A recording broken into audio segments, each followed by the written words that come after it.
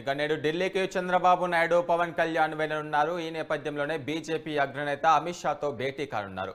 అయితే ఇప్పటికే ఢిల్లీ పర్యటనలో ఉన్న ఏపీ బీజేపీ చీఫ్ పురంధేశ్వరి ఇక ఇవాళ్టితో పొత్తుపై ఒక స్పష్టత వచ్చే అవకాశాలు కూడా కనిపిస్తున్నాయి.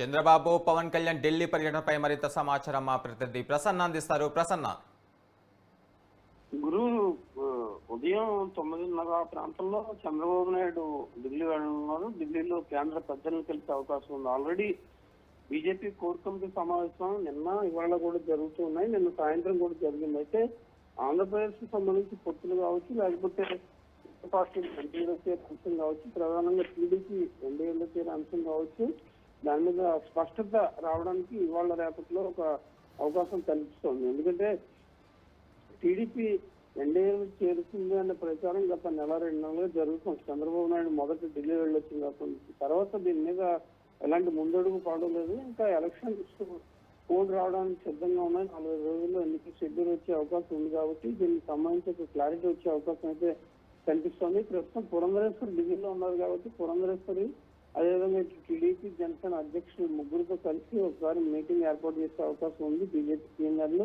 బీజేపీకి ఎన్ని సీట్లు ఇవ్వాలి, ఏంటి పరిస్థితులు ఏ రకంగా ఉండబోతున్నాయి, ఒకవేళ అధికారంలోకి వస్తే కనుక అప్పుడు ఏ రకంగా పవర్ డిస్కషన్ చేసే అవకాశం అయితే కనిపిస్తోంది.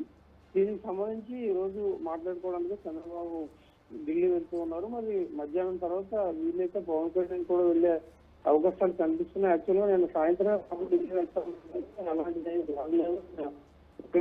పరిస్థితి మనకి కనిపిస్తుంది. ఓవరాల్ గా ఇప్పటికే టీడీపీ 99 సీట్లలో అభ్యర్థులు ప్రకటించింది. బీజేపీకి ఒక 2 అసెంబ్లీ స్థానాలు కూడా ఇవ్వాల్సి ఉంటుంది. అది కూడా క్లారిటీ వస్తే కనుక మిగిలిన అభ్యర్థులు కూడా పూర్తి స్థాయిలో ప్రకటించే అవకాశాలు కూడా కనిపిస్తూ ఉన్నాయి. గురు అయితే ప్రసన్న, ఏపీలో బీజేపీకి 15 నుంచి 20 అసెంబ్లీ సీట్లు అలాగే 3 ఎంపీ సీట్లు ఆశిస్తున్నట్లుగా తెలుస్తుంది కదా, ఇది ఎంతవరకు నిజమని చెప్పుకోవచ్చు?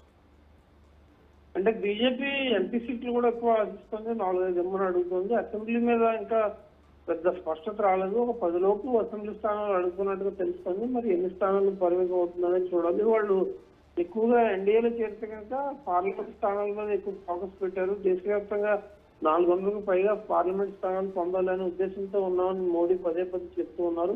కాబట్టి ఇప్పుడు కూడా పార్లమెంట్ స్థానాల్లో ఎక్కువగా అడిగే అవకాశం కనిపిస్తుంది. కాబట్టి ఆంధ్రప్రదేశ్ నుంచి వాళ్ళు ఒక 5-6 స్థానాలు పార్లమెంట్ సీట్లు, లోక్సభ స్థానాలు అడిగే అవకాశం అయితే ఉంది.